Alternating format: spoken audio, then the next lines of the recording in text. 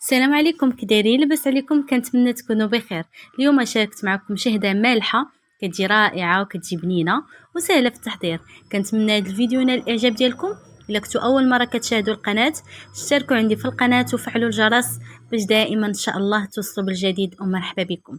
وإلا عجبكم هذا الفيديو خلوا لي عافاكم اللايكات ديالكم وتعليقكم اكيد اللي كتفرحني، وشكرا لكم بزاف. وبلا ما نطول عليكم، بقاو مع مقادير وطريقه التحضير.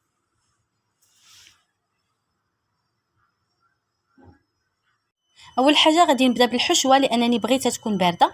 عندي هنا 2 فلفلات و2 بصلات وشويه ديال الكفته، وعندي شويه ديال الفرماج احمر.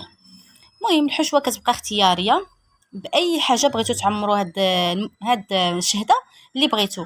انا هاد الحشوه هي اللي درت هنايا 2 بصلات غادي نشحرهم، قطعتهم طريفات بشويه ديال الزيت، غنشحرهم مزيان حتى كتنزل ديك البصله.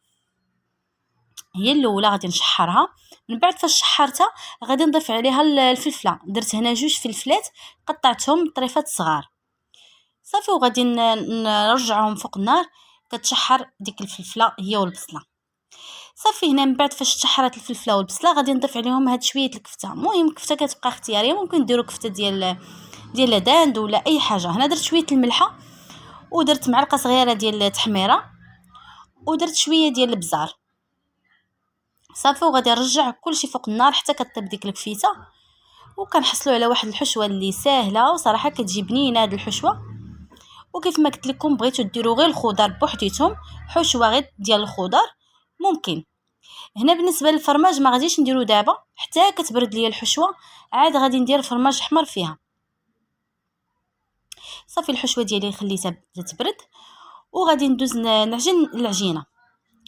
بالنسبه للعجينه البنات عندي هنا كاس ديال الحليب دافي، غادي نضيف عليه واحد ساشي ديال الخميره حبيبات، اولا معلقه كبيره ديال الخميره حبيبات، وغادي نضيف واحد معلقه صغيره ديال السكر سنيده. هاد السكر سنيده اختياري اللي بغى يديرو، معلقه صغيره صافي. وغادي ندير 5 ديال المعالق ديال الزيت. درت هنا 5 المعالق ديال الزيت. درت كاس الحليب دافي ومعلقه ديال الخميره و5 المعالق ديال الزيت ومعلقه صغيره ديال سنيده. خليت كل شيء حتى كيتفاعل تتفاعل ديك الخميره. عاد غادي نضيف هنا كاس ديال الماء يكون تا هو دافي صافي. وغادي نعجن العجينه ديالي عاديه حتى كنحصلوا على واحد العجينه اللي رطبه وكتلصق في اليد. واخا كتلصق كتكون متماسكه.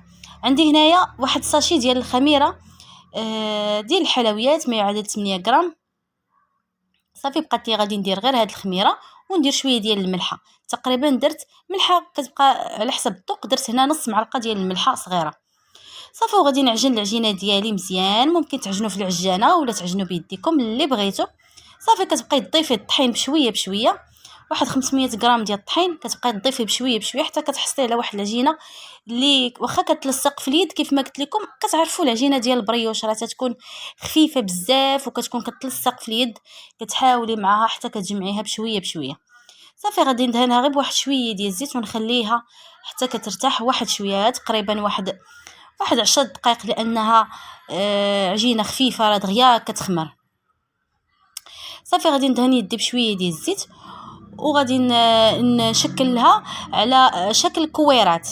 نديرها بحال هكا، نقطعها كويرات صغار كيف ما كتشوفوا. راه العجينه خفيفه البنات، راه خليتها كيف ما قلت لكم ترتاح غير واحد 10 دقائق دغيا، وبديت كنقطعها كويرات. هنا من بعد فاش قطعتها كويرات على هذا الشكل صافي مباشره غادي نعمرهم. الحشوه بردات ليا، غادي نضيف عليها داك الفرماج كيف ما قلت لكم. والحشوه كيف ما قلت لكم اختياريه، ممكن ديروا غير خضار كيجيو هذوك البريوش غزالين صافي. كيف ما كتشوفوا خديت هاد الاطار درت فيه هاد الورق. ممكن تاخذوا اي مول داير دهنوه بشويه ديال الزيت ورشوا فيه شويه ديال الطحين باش ما يتفاداوش يتلصق لكم داك البريوش في سميتو صافي. وكتبقاي تاخذي كويره بحال هكا وكتعمريها كيف ما كتشوفوا، راه كلشي واضح على هذا الشكل. انا ما كانش عندي شي حاجه دايره كبيره، خديت غير هذا الاطار دغيا سهل عليا المأموريه، دغيا وجدت هذا البريوش فيها.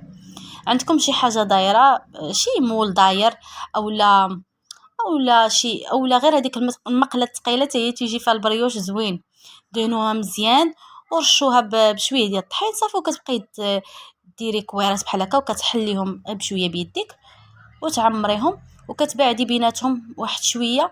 راه انت كتخدمي فيهم هما كيتلاصقوا ما تخافي والو، راه ما كتخليهم لا كيخمروا لا والو، غير كتديري الكويرات ديالك في المول صافي، وكتكوني مسخنه الفران واحد شويه وكتدخليهم يطيبوا داك البريوش. شوفوا معايا الطريقه راه ساهله. كتاخدي الكره، شي راه كتباعدي بين كره وكره كتباعديهم صافي، كتاخدي كره كتحليها بواحد غير بشويه بحال هكا صافي، وكتبقاي تعمريها. ممكن تضيفوا حتى فرماج مثلث حتى هو تيجي في البريوش زوين، ما بغيتوش غير بحال هكا كافي، وكثروا الفرماج فيهم كيجي زوين. صافي كيف ما قلت لكم كتبعدي كل كره كتبعديها على اختها غير بواحد شويه. نتي كيف ما قلت لك كتحطوهم هما راه كيتلاصقوا صافي. من بعد فاش كملتهم دهنتهم هنا بشويه ديال الصفار البيض مع شويه د الحليب صافي، والفران كيف ما قلت لكم راه سخون. دخلت البريوش ديالي كيطيبوا حتى طلعت الحموريه في الجناب، عاد نزلتها لتحت كملت التحمار ديالها من الفوق. غادي ندهنها هنا بشويه ديال الزبده، غير شويه ماشي بزاف، غير باش كتعطيني ديك اللمعه فوق من الشهده. صافي هنايا كندهنها مزيان بشويه ديال الزبده، صراحه كتعطيها واحد المذاق زوين ديك الزبده. صافي كندهنتها هنا بشويه ديال الزبده، وغادي نرش فوق منها داك شويه اللي بقى ليا ديال الفرماج. المهم درت انا غير شويه، بغيتو ديروا بزاف كثروا، راه كتعرفوا الفرماج كيعطي واحد البنه زوينه. عرفتي انا راه كندهنها وكطلع منها واحد الريحه يا سلام. صافي هنا خديت شويه ديال الزعتر درتو حتى هو من الفوق، وبغيتو تضيفوا كذلك شويه ديال السودانيه حتى كيعطيها واحد المنظر ومذاق زوين من الفوق. ورجعتها للفران حتى داب داك الفرماج من الفوق. صافي غادي نقطع معكم واحد طريف منها، صراحه كتجي رائعه، كنتمنى تجربوها. شوفوا ما شاء الله كيفاش كتجي عامره ومعلكه من الداخل بداك الفرماج وداك الكفته، حشوه صراحه بنينه وزوينه. كتجي واحد الشهده اللي خفيفه ورطبه وكتجي بنينه. كنتمنى تجربوها، راه ساهله ودغيا كتوجد. كنتمنى هذا الفيديو ينال الاعجاب ديالكم. الا عجبكم خليوا لي اللايكات ديالكم وتعاليقكم. الا كنتوا اول مره كتشاهدوا القناه ما تنساوش تشتركوا عندي في القناه، فعلوا الجرس باش دائما ان شاء الله توصلوا بالجديد. شكرا لكم بزاف على المشاهده، ومع السلامه حتى الفيديو جديد ووصفه جديده. السلام عليكم.